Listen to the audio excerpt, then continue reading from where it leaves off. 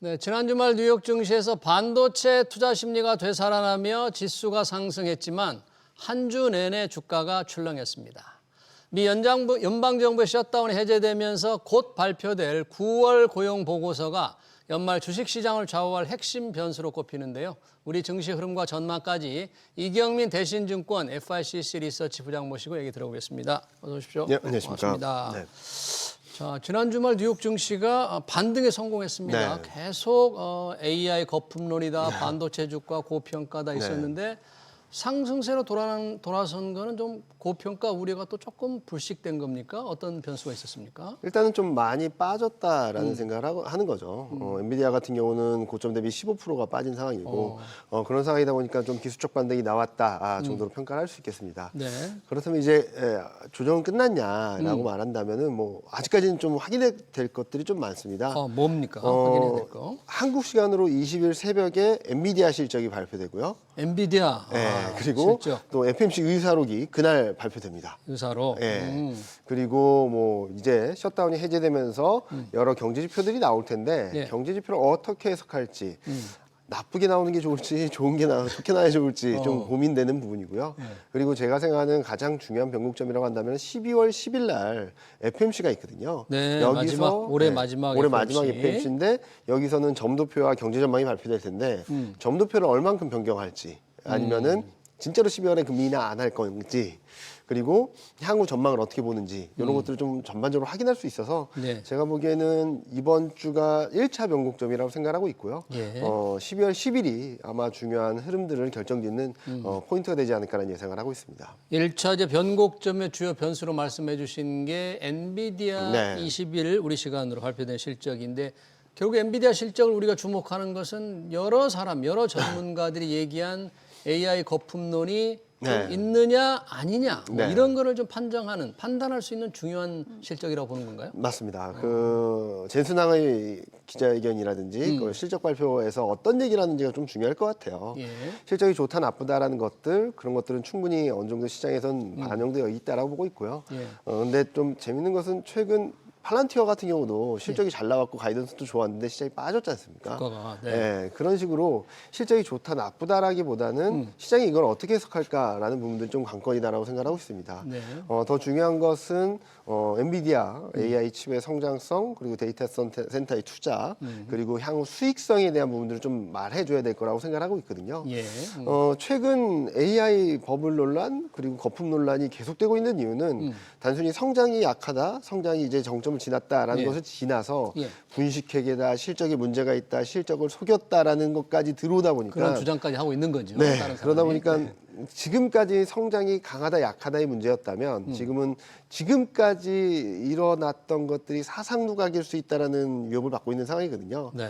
실적에 대한 신뢰도가 꺾이게 되거나 아니면 실적에 대한 신뢰도가 무너지게 되면은 PER 100배, 200배에 대한 부분들은 분명히 논란이 될 수 있습니다. 네. 그렇기 때문에 시장이 좀 흔들리고는 있지만 저희가 생각하기에는 엔비디아 실적이 어느 정도 바닥을 만들어주는 그런 전환점이 되지 않을까라는 생각을 하고 있는데 예. 일단은 이 실적이 공개된 이후 젠슨항의 기자회견 이후 시장의 반응을 보고 대응하셔도 늦지 않을 거다라고 생각하고 있습니다. 워낙 지금 이제 중요한 실적이 나오니까 변동성이 클 수 있으니까 네. 조금 지켜보고 네. 말씀하신 또 하나 이제 변곡점이 될 수 있는 변수가 이제 경제 지표잖아요. 네, 맞습니다. 그런데 고용 지표가 나온다는데 연방정부 셧다운 해제돼서 네, 네. 9월께 나오면 네. 지금 나오는 시점과 비교하면 굉장히 떨어져 예전 있죠. 지표잖아요. 그 맞습니다. 지표의 효용성도 좀 떨어질 것 같아서 그걸 보고도 판단하기도 쉽지 않을 것 같은 생각이 들어요. 그렇죠. 그거는 좀 쉽지 않은 상황이긴 한데 예. 시장의 예상 대비 얼만큼 벗어나 있는지가 중요할 것 같습니다. 만약에 굉장히 못했다라고 한다면은 시장에서는 일부는 금리 인하 기대를 다시금 되살릴 수 있다고 생각하거든요. 예. 지난 주말 기준으로 보게 되면은 예. 금리 인하 기대가 50% 12월에 금리 인하할 수 있다는 확률이 50% 밑으로 내려왔습니다. 50% 아래로. 네, 금리 동결 확률이 더 높아진 거죠. 높다. 그 정도로 좀 시장이 흔들리는 변수들이 좀 금리 인하 기대에 대해서 좀 흔들리고 있는데 예. 이 그림들이 어떻게 나올지 좀 지켜봐야 될 것 같고요. 또 만에 하나 너무 잘 나와도 시장이 또 불안해할 수 있거든요. 예. 진짜 12월 달에 금리 인하 안 할 수 있다라는 생각을 할 수도 있어서 예. 저희도 예측하기 굉장히 어려운데 그래요. 지금 흐름들을 보면은 시장이 금리 인하 한다 안 한다 실적이 좋다 나쁘다의 문제가 아니라 금리 인하 안 할 수 있다라는 우려, 그리고 실적이 나쁠 수 있다, 성장이 약할 수 있다, 실적을 믿을 수 없다라는 심리적인 변수에 따라서 시장이 많이 움직이고 있거든요. 이런 것들을 감안해서 본다면 FOMC 의사록 공개 또한 예. 지금 현재 시점에서는, 그리고 고용지표 또한 고용지표. 시장이 어떻게 반응을 하는지를 좀 지켜보셔야 될 것 같아요. 예. 지금은 뭐 단기 조정이 있긴 하지만 여기서 조정이 멈췄다라고 말하기도 어렵고, 예. 그리고 여기서 더 빠진다고 말해도 전혀 손색이 없는 그런 상황이거든요. 정말 예상할 수 없는 상황이네요. 네, 되게 기로에 넣어 있는 상황이라서 예. 저는 12월 초중반까지 앞서 말씀드렸던 12월 FOMC 전까지는 너무 공격적으로 가지 말자라는 말씀을 드리고 있습니다. 그러면 그런 AI 거품론에 대한 여러 가지 변수가 많은 상태에서 뭐라 그럴까요? 좀 순환매라고 그러나요? 네, 기술주에서 우량주 이렇게 손바뀜 현상은 하나의 굳어진 흐름이다. 뭐 이렇게 보기는 어렵습니까? 그럼 단기 대응하는 형식인가요, 이건? 그렇죠. 한쪽으로 쏠렸던, 그러니까 시장을 이끌어왔던 업종이나 종목이 좀 쉴 때 지수도 쉴 수밖에 없겠죠. 근데 이 쉬는 동안에 부각을 받는 업종들이나 종목들이 주도주로 될 수는 없습니다. 예. 주도주라고 한다면 올라갈 때 같이 올라가고 조정받을 때 같이 조정받겠죠. 최근 한국 반도체처럼 예. 상승할 때도 같이 올라왔고 조정받을 때 같이 조정받고 오늘도 반등할 때 또 반도체로 움직이고 있거든요. 예. 그러니까 증시 등락과 함께하는 게 주도주고 증시 등락과 반대로 움직이면서 오히려 증시가 변동성이 심할 때 오히려 반등을 한다거나 아니면은 오히려 안정세를 보이는 업종들의 종목들은 좀 대안주라고 말할 수 있을 것 같습니다. 대안주. 네. 네. 따라서 한쪽으로 쏠림 현상이 어느 정도 진정되는 가운데에서는 키 맞추기 장세라든지 그런 것들로 인해서 순환매가 나타나기 마련인데요. 미국 같은 경우는 뭐 가치주로 평가받는 이런 업종들이나 종목들이 움직이고 있고 한국 같은 경우도 그동안 못 올랐던 소외주들이나 내수주들이 좀 움직이고 있습니다. 네. 최근 보면 의류 쪽이 좀 많이 움직였고요. 의류? 네, 그리고 지난주 같은 경우는 제약바이오가 엄청난 급등을 하기도 했고 그렇더라고요. 네. 바이오. 이런 순환매가 나타나는 것은 시장이 쉬어가는 동안에 그동안 못했던, 그동안 소외됐던 업종들이 좀 반등을 보여주는 거라서 네. 이게 대세라기보다는 시장이 좀 안정을 찾을 때까지는 이런 순환매에 대응하는 것도 하나의 방법이다. 단기 대응적인 측면에서 지켜봐야 될 부분이다라고 보고 있습니다. 뉴욕 증시의 영향을 우리도 직접 받으니까 네. 증시 지금 우리 증시도 좀 변동성이 요즘 커지잖아요. 엄청 크죠. 네. 뭐 2, 3%씩 맞습니다. 오르는데 네. 오늘 같은 거 보면 상당히 반등세가 강하던데 역시 뭐 뉴욕 증시 금요일 상승세를 좀 이어받았다고 봐야 됩니까 오늘은? 뭐 이어받았다고 봐야 되겠죠. 이제 금요일에도 좀 AI 관련된 종목들이 좀 반등을 하면서 움직였는데 또 반도체가 시장을 다 끌고 가고 있습니다. 반도체가, 오늘도. 네. 네, 오늘도 보면은 상승 종목 수가 하락 종목 수보다 적거든요. 그러니까 하락하는 종목이 더 많습니다. 오늘 이런 반등은 하고 상태 있지만. 속에서도. 예. 그렇게 본다면 시장 방향성 자체가 바뀌었다라기보다는 등락이 여전히 유효하다 정도로 보고 있고 아마도 코스피가 4,100을 다시 넘지 않는 한 조금은 흔들리는 모습들을 조금 더 이어가지 않을까라는 예상을 하고 있습니다. 흔들리는 모습. 네. 외국인들이 한동안 반도체 주식을 엄청나게 계속 계셨죠. 팔았잖아요. 네네. 오늘은 조금 순매수가 많은데 이 네. 외국인들의 이 순매도를 어떻게 봐야 됩니까? 외국인들이 뭐 코리아 엑소더스도 아니고요. 그렇게까지는 해석하지 않고요. 근데 워낙 원달러율이 상승하는 동안에 원화가 약세를 보이는 동안에 반도체 매수를 엄청나게 집중했습니다. 그런 상황에서 원달러율이 1,450을 넘어서니까 네. 일단 내가 샀던 금액이 많이 내가 샀던 반도체가 많이 올랐고요. 예. 그리고 원달러율이 더 불안정해지니까 일단 차익 실현 심리가 좀 커지지 않았나? 차익 실현, 라는 생각을 하고 있습니다.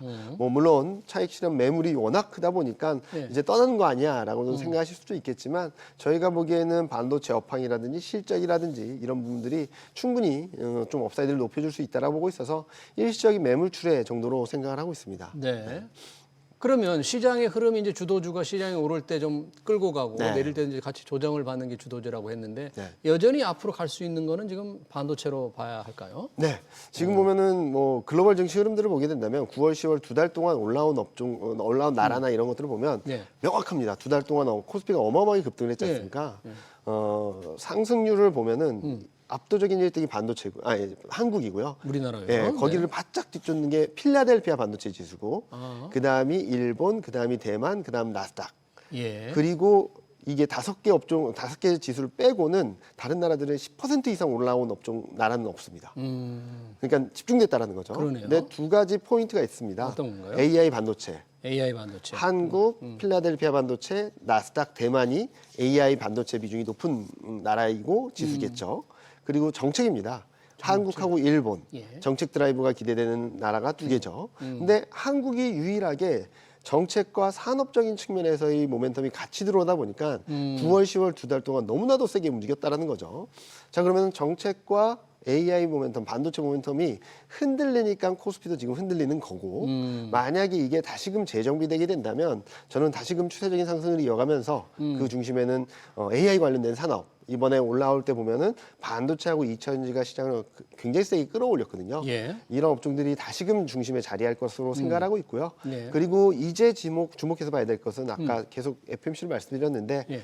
금리나 기대가 어떻게 변하는지를 좀 봐야 될 것 같습니다. 금리나 기대가 네. 그게 굉장히 정말 중요할 것 같네요. 그렇게 12월 네. 10일 연준 FOMC 결정. 거기서 금리 인하를 하는지 안 하는지도 중요한데 더 중요한 것은 점도표겠죠. 내년에 금리 인하를 얼만큼 열어줄지가 중요하다고 보고 있는데 만약에 저희가 예상했던 것보다 좀 더 열어주게 된다면 그렇게 된다면 아마도 채권금리는 다시금 안정을 찾으면서 성장주가 주목받을 수 있다고 생각합니다. 아, 성장주가요? 그러면 네. 또다시 AI 반도체일 거고 예. 플러스 알파로 인터넷이나 제약바이오처럼 최근 제약바이오가 많이 움직이긴 했지만 인터넷에서 아직까지 많이 움직이지 못했거든요. 인터넷 관련해요. 네. 그런 종목들을 좀 관심 있게 바라보시면은 향후 내년까지 시장 흐름에 좀 대비할 수 있는 전략이 되지 않을까라는 생각을 하고 있습니다. 그러네요. AI 반도체 관련 얘기를 하니까 이 정부 정책 관련해서 한미 이 관세 협상 네. 이후에 삼성전자, 현대차 대규모 투자 계획을 발표했잖아요. 맞습니다. 그리고 특히 삼성전자가 이제 평택 공장도 네. 증설한다. 뭐 450조 원. 네, 맞습니다. 350조인가요? 네. 그렇게 하니까 이 장비 업체들이 아주 주목을 받던데 네, 이 부분은 맞습니다. 어떤 회사들이 어떻게 봐야 됩니까? 지금까지 움직였던 것은 가격이 올라서 반도체 가격이 올라서 반도체 대형 기업들 전자 닉스가 워낙 실적이 레벨업되는 그림들을 보여줬다면 향후 투자 계획이 발표할 때마다 소부장이 좀 주목받을 수 있다라고 생각하고 있습니다. 예. 당연하죠. 투자를 하게 된다면 거기에 관련된 산업들이 활성화될 텐데 이와 더불어서 또 하나 주목해서 봐야 될 것은 이재명 정부의 산업 정책입니다. 산업 정책. 예, 산업 정책에 보면은 R&D 투자가 19.4% 늘어나고요. 예. 그리고 산업 정책 예산이 13.7% 늘어납니다. 내년에. 내년에. 예, 전체 예산이 8.1% 늘어나는 거에 대비해서 예. 굉장히 큰 폭으로 증가하는 수준이고 또 하나 예고편들을 저는 몇 번 보여준다라고 생각하는데요. 11월 4일 날 코스피는 100포인트 이상 빠졌는데 코스닥은 플러스를 보였습니다. 무슨 일이 있었던 거예요? 대통령의 시정연설이 있었습니다. 시정연설. 거기서 예산을 설명할 때 첫 번째로 지목한 것이 AI, 성장, 인프라 투자 이런 쪽을 집중적으로 말했거든요. 네. 그러면서 예산 확대도 말했고 이런 것들을 본다면 소부장은 오늘 발표한 뭐 대기업들의 투자 예. 계획도 있겠지만 산업정책 예산이나 뭐 R&D 예산이 확정되고 배분되면서 내년 초부터 집행이 되기 시작한다면 아마도 코스닥과 더불어서 반도체 소부장이라든지 코스닥 종목들이 조금씩 더 활발하게 움직일 수 있다라고 생각하고 있습니다. 그러니까요. 막 대규모 투자 계획을 발표한 삼성전자, SK 하이닉스의 어떤 장비 공급 비중, 의존도가 좀 높은 네. 장비 회사들을 조금 주목을 해야 될 것 맞습니다. 같아요. 여러 장비 회사들이 있겠지만 투자 규모를 늘리는 회사의 비중이 어느 정도이냐가 주가에 영향을 미칠 것 같은데 이런 지금 증시 흐름, 약간의 지금 미 연준의 금리 인하에 따라서 좀 오락가락 할 수 있지만 지금 코스피가 다시 이제 4,100을 향해서 가고 있습니다만 연말 내년 우리 코스피 전망 혹시 전반적으로 어떻게 하십니까? 일단은 2026년 상반기까지는 대세 상승 계속 이어진다라고 생각하고 있고요. 상반기까지는? 예, 저희는 5천선대 진입 가능하다라고 생각하고 있습니다. 5천 진입 가능해요? 예. 그런데 다만 11월, 12월에는 앞서 말씀드렸던 여러 가지 확인해야 될 변수들이 많다 보니까 좀 등락은 있겠다. 그런데 이 등락을 좀 비중 확대 기회로 삼자라는 말씀을 드리고 있고요. 예. 내년 시장을 좋게 보는 뭐 대외적인 요인은 미국 금리 인하 사이클이 지속되는 가운데 아마 트럼프 대통령은 중간 선거를 앞두고 경기 부양 쪽으로 좀 선회할 수 있다라고 생각하고 있습니다. 정책 예. 방향성을. 그리고 중국도 내수 확대, 지준율이나 금리 인하를 준비하고 있고 예. 한국도 강한 대규모 재정 확대를 통해서 경기 부양 의지를 피력하고 있고 전반적으로 돈이 많이 풀린다라는 게 되겠죠. 그리고 또 하나는 한국 같은 경우는 27년까지 증이익이 예상됩니다. 그러니까 이익이 늘어난다라는 거죠. 우리 기업들의 이익이 2027년까지 그렇게 된다면은 실적 흐름들이 쉽게 꺾이지 않을 거라는 흐름들을 볼 수 있어서 저희는 방향성 자체는 큰 흐름들은 내년 상반기까지 레벨이 올라갈 것으로 생각하고 있고 예.